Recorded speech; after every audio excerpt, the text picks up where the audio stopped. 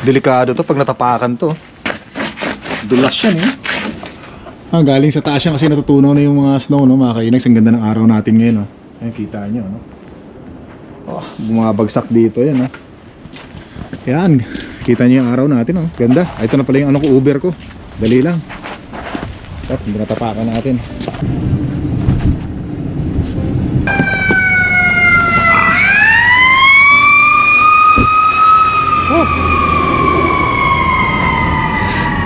Dito tayo sa ano, sa Honda Alberta uli, mga kainags, ano. Kukunin natin yung sakyan ni Mahal Reyna.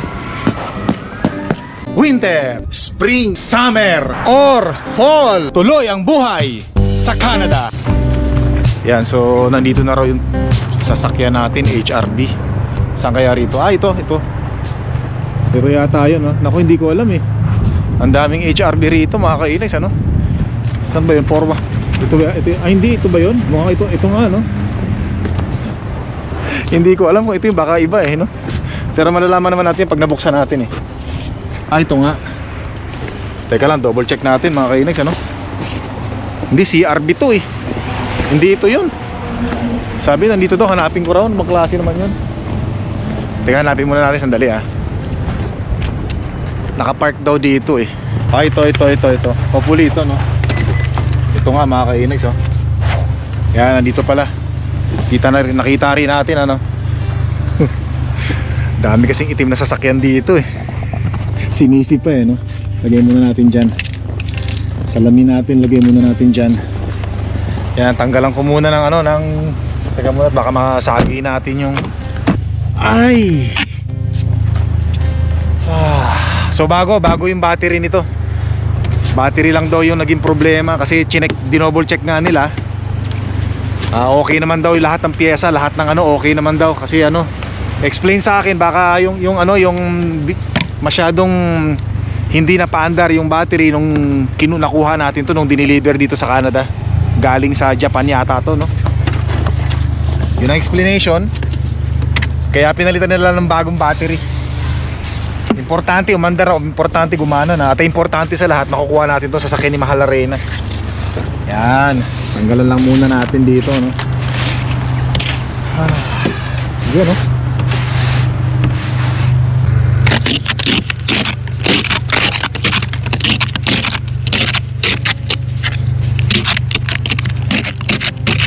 Sobrang na-frozen yung mga yellow sa windshield na ni Mahal Reyna.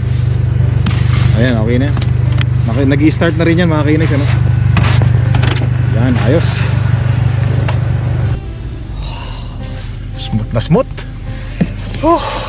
Heater. Kailangan natin ng heater. Hindi pala nakaano lahat. Paano ba to? Ito hindi ko alam kung paano hinto eh. Paano ba i-on to? Hindi ko alam, ano. Patay, kailangan ko ng heater eh. Paano ba to? Yung problema nito, hindi ko alam eh, no. Pag bago talaga yung mga sasakyan, timang talaga ako eh. Nakapatay eh, no. Paano ba to? Ito. Yun. Mandar na, heater. Lakas, ano. Yung ilaw, saan yung ilaw nito? Teka, alamin ko muna. Bihira, oh. Pambihira. Pipindutin lang pala to kanina, kaya pala sinasabi press the engine start. Ayan, umayos na, oh. Kanina, di ba, kulay puti ito kanina, tsaka walang ilaw. Nung pinindot ko lang to, yun, umano na. Pambihira. Pambihira. Baka sabihin nyo, mga kayo, nagtatanga-tangahan ako, ha. Hindi, talagang tanga ako. Ay, hindi pa tayo sanay sa mga ganitong brand new na sasakyan eh. Kaya at least nalaman natin, di ba? Walang timang eh, no? Talagang ano yung inosente, no? Yan, naramdaman ko ng init na ano, heat seated ba? Heat seated.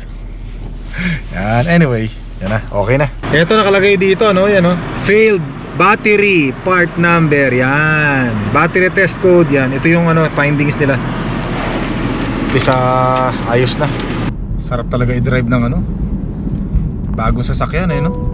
Just show up and see guaranteed results. Filet-o-fish with medium fries and... Yun, ayos. Dito na tayo sa bahay mga kainags. Ay, salamat po. Matutuwa ang mahal na reyna natin ito sigurado. Dahil magagamit niya na yung kanyang Honda HRV. Ginamit niya sasakyan, yung sasakyan niyang Honda Accord, yung luma. Yung bunsong prinsesa na natin ang gumagamit, ano. Yan, lock natin. Ayos. Hi.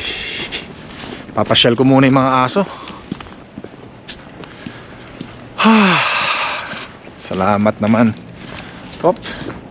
Kita nyo, mukhang babagsak na to, delikado to pag may dumaan dito, no?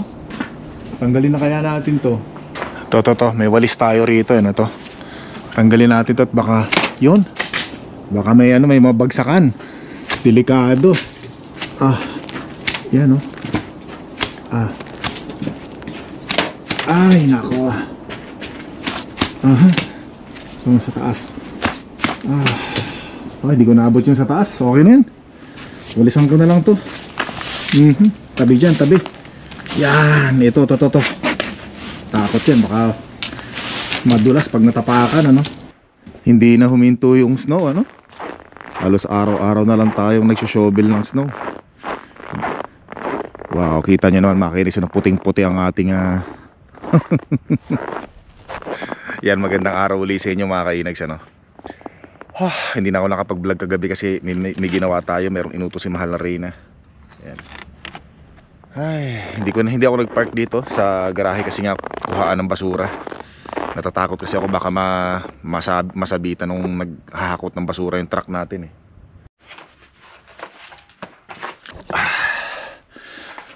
Ay, nandito na tayo sa labas mga kainags, ano. Samantalahin na natin. Kakatapos lang natin mag-shovel mga kainags, ano. Ginamitan natin ng snowblower. Yun. O nga pala mga kainags, ano.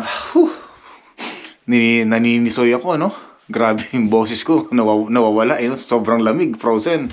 At saka yung kutis ko mga kainags, mistisong-mistiso talaga, Magaling mambola, malakas ang dating. Yan. Pati pagtawa ko, napoprose, nag-i-stop, nagpo-pause. Hindi maka-perform na maayos. Kumbaga, parang yung mga muscle ko nakagano, no? Kailangan i-warm up ko muna mga kainis ng taong-tawa. Meron tayong... So yun na nga, by the way mga kainis yan, medyo naka-warm up na ako. Kahapon nung nakuha natin yung sasakyan ni Mahal Reyna sa dealership, medyo na-disappoint lang ako ng konti, kasi syempre nung kinuha natin, hindi kasi itinuro kung saan nakapwesto. Ang sabi lang, yung sasakyan mo ayos na, ito na yung mga documents, ito yung nakita naming findings, yung battery, yun yung possibilities na nangyari kaya hindi siya nag-start tumuloy pero nagka-cranking, di ba? So ang ginawa nga nila, yun, nasabi ko na, pinalitan nila ng bagong battery yung sasakyan ni Mahal na Reyna. Kaya lang, ina-expect ko noon, sasabihin nila, ito na yung documents mo, ang sasakyan mo, halika, ituturo ko sa'yo, ayun yung sasakyan mo, diba, ganon. Ayun yung sasakyan mo, yun, ayos na siya, diba, ganon. Kasi ang nangyari, binigay lang sa akin yung dokumento, sabi sa akin, yung sasakyan mo, nasa labas, pakihanap mo na lang kung nasaan, nandyan lang yan. Kumbaga, nag-ano pa tayo ng oras para hanapin, di ba? Ay may mga magkakapareho, kulay itim din. Di ba una nga natin nakita HRB, CRB nga yung nakita natin, di ba? Tsaka ang dami kasi doon ng mga itim din na sasakyan. So nag-ano pa tayo ng oras, nag-spend pa tayo ng oras para hanapin. Di ba? Ang ina-expect ko kasi, ito yung sasakyan mo, yung sasakyan mo nandoon, no? Kunin mo na doon, yan na yun. Di ba? Anyway, nakuha na natin yun. So yun. At saka nga pala mga kinags, may mga nag-comment na baka daw battery nga. So yun nga yun, tama yung mga nag-comment, battery, Tapos meron din nag-comment na baka daw kasi kaya na-drain yung battery is kasi nga nasa San Francisco tayo, California, USA ng ilang araw kasi baka daw hindi natin nagamit habang wala tayo dito sa Edmonton, Alberta, Canada. So mga kainags, nung wala po kami rito sa San Francisco, California, dito sa Edmonton, Alberta, Canada, frozen yung ulat, pati utak ko na frozen. Yung panganay na prinsesa po natin ay nandito po siya sa bahay nakatira. Habang wala po kami.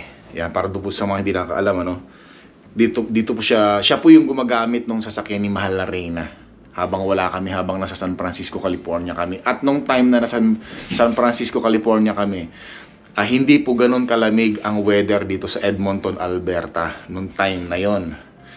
Yan, ngayon lang talaga lumamig ng todo, no. Tapos ginagamit niya, siya gumagamit, tapos ini-start niya. So yun. Tapos nung dumating nga kami rito sa sa Edmonton, Alberta na from San Francisco, California, nagagamit pa ni Mahal na Reyna, nagagamit niya pa sa trabaho, nagagamit niya pa, talagang walang problema, no. Tapos yun na nga lang, bigla, yun na, hindi na umandar. So nagtataka kami kasi kung yung battery ng sasakyan nagagamit mo, 'di ba? Pag umaandar yung alternator niyan nare-recharge yung battery, 'di ba? O tama ako, correct me if I'm correct, mga kainags, ano. Pagka ginagamit mo yung pagka umaandar yung makina ng sasakyan mo, nare-recharge yung battery niyan. So nagagamit naman ni Mahal na Reyna. 'Di ba? Sabi ko pa nga sa inyo, na-start niya pa nga, 'di ba? Umandar pa nung araw din na 'yon. Tapos nung ginamit niya nung the same day na ini-start niya yung sasakyan niya na gumana, tapos gagamitin niya na sana papasok sana sa trabaho. Hindi na nagtuloy-tuloy yung pag-andar ng makina ng sasakyan niya. May nag-comment bakit daw nag-Uber pa kami? Tatlo daw ang sasakyan namin. Hindi daw ba kami nag-iisip? Ba't ba kayo nag-Uber? Tatlo ang sasakyan ninyo. Anong nangyari doon sa mga sasakyan niyo? Ba't di nyo ginagamit? Mag-Uber pa kayo, gumastos pa kayo.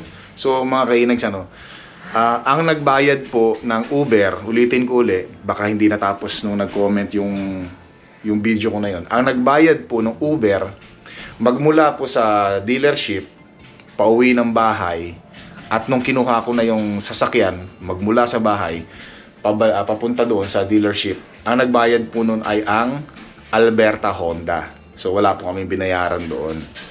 So di ba? yun. Tapos maraming ring mga nag-comment na baka nga raw lemon car, no? Yung sasakyan. Yung nga pala naalala ko, buti pinaalala nyo.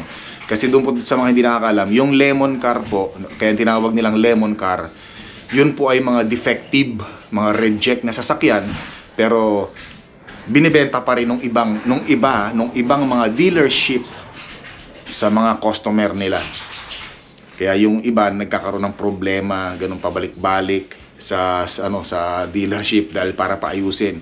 Kumbaga sakit sa ulo ng mga makakabili na customer. So yun. So tapos may mga nag-comment din, mga kainags, excuse me, na yung HRB pala ay may mga issue. May mga issue pala, kasi may mga nag-comment na sabi nila dito raw sa may mga taga-kababayan tayo, taga Edmonton, Alberta, Canada, sa Sherwood, no?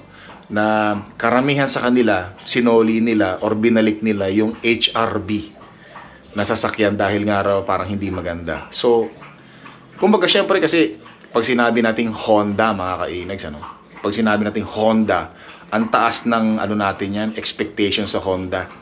Kaya nga sabi nila, 'di ba, pag bumili ka ng sasakyan, piliin mo Japanese car. Talagang laging yung Honda ang nasa top 3 list or nasa top 5 list ng mga sasakyan na gusto mong dapat bilhin o dapat mong bilhin. Mga ina-advise, 'di ba? Number 1, Toyota. Yan, 'di ba? Toyota, syempre, subok 'yan. Talagang kahit na medyo mahal, pero talagang subok. Tapos ayun nga lang, sa Toyota kasi, mga kainags. Ngayon, pag bumili ka ngayon ng Toyota, maghihintay ka ng ilang buwan yata, minsan taon, inaabot yata ng taon, So yun ngayon. Tapos yun, Mitsubishi, 'di ba? Yung iba nga sabi nila yung Subaru, mga ganyan, So yun siyempre, 'di ba, yun ang ina-expect natin. Kaya wow. Kumbaga ngayon, tapos maraming ang nagko-comment na mga naka-experience about doon sa brand na sasakyan natin, na hindi na raw siya katulad nung dati, nung before, kumpara ngayon. Oo nga, kasi wow, 'di ba? Kumbaga kami, yung ina-expect namin, 'di ba? Siguro aabuti ng mga 7 taon or 8 years bago namin ma-experience yung mga problemang mga simple problem lang, Pero ngayon wala pang isang buwan, mga kainis, or magdadalawang buwan pa lang, Yun kaagad ang nangyari. Yan. So syempre pagka nangyari 'yon, ano kaya susunod na mangyayari, Yun ang iniisip natin eh, pagka meron at pagka yung bang na-meet na experience kang ganun kaagad, bagong-bago. Bakit ganun, bagong-bago? Bakit parang ayaw na umandar kaagad? Parang meron kaagad problema, no? Parang hindi na kaagad maalis sa isip mo na, ano, baka sa susunod meron na naman lumabas. Di ba, mga kainis? Yun yung nakakaano doon. So anyway, ang nakita lang naman is battery. Kumbaga parang, ano siya, acceptable. Kasi nga naman, malamig. Pero sabi ko nga, hindi, nagamit natin eh. Okay lang sana siya kung hindi natin siya nagamit talaga. Hindi siya napaandar ng ilang araw during winter. Diba? Pero sabi ko nga sa inyo, nagamit namin. Tapos biglang...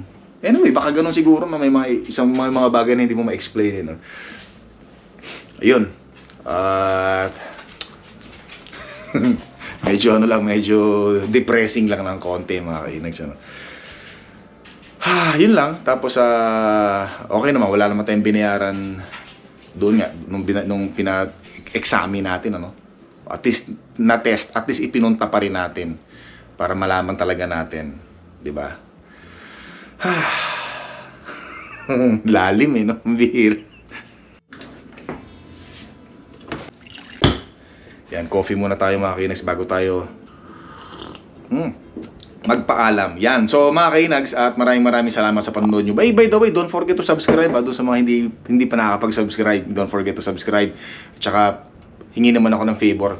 Click the like button mga kainags. So, makakatulong sa atin yan. Sa channel natin. Ano. Tsaka, leave your message. Maraming salamat. At marami kaming mga natututunan sa mga comments ninyo. Especially sa mga ganyan sasakyan. Kasi ako talaga, honestly, wala akong alam sa sasakyan mga kainags. Ano. Meron siguro, very basic lang. Very basic lang. Diba? So kaya maraming salamat sa mga nagko-comment na may mga alam about sa mga pinaggagawa nating content. Thank you very much sa inyong lahat. At maraming salamat. Maikli lang buhay. Pili natin maging masaya. Always good vibes. At hanggang sa muli mga kainags. Sarap! Corny!